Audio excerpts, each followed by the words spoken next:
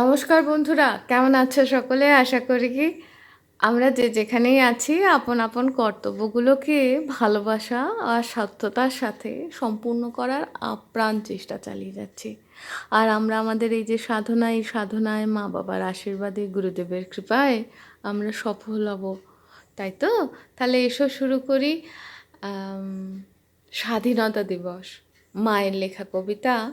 স্বাধীনতা দিবস, লেখক শ্রীমতী বাণী পাত্র।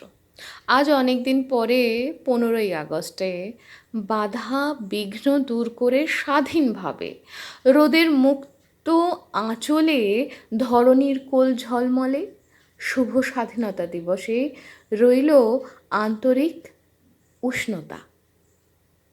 মায়ের তরফ থেকে সকলকে আন্তরিকভাবে এই যে উষ্ণতা, নিশ্চয়ই নিজেদের মাতৃভূমির জন্য মায়েরাই তো আশীর্বাদ করেন সবচেয়ে বেশি।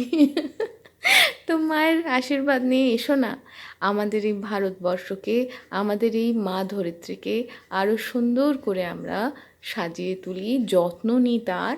কারণ তাকে সাজিয়ে তোলার ধৃষ্টতা বোধহয় আমরা করতে পারি না। তিনি নিজেকে নিজের মতো করে সুন্দর করে সাজিয়ে নেবেন, আমরা শুধু সাথে থাকব, পাশে থাকব, তারই অংশ হয়ে, তাই তো? তাহলে আজ এই অবধি, টাটা। আচ্ছা, শুভ স্বাধীনতা দিবস।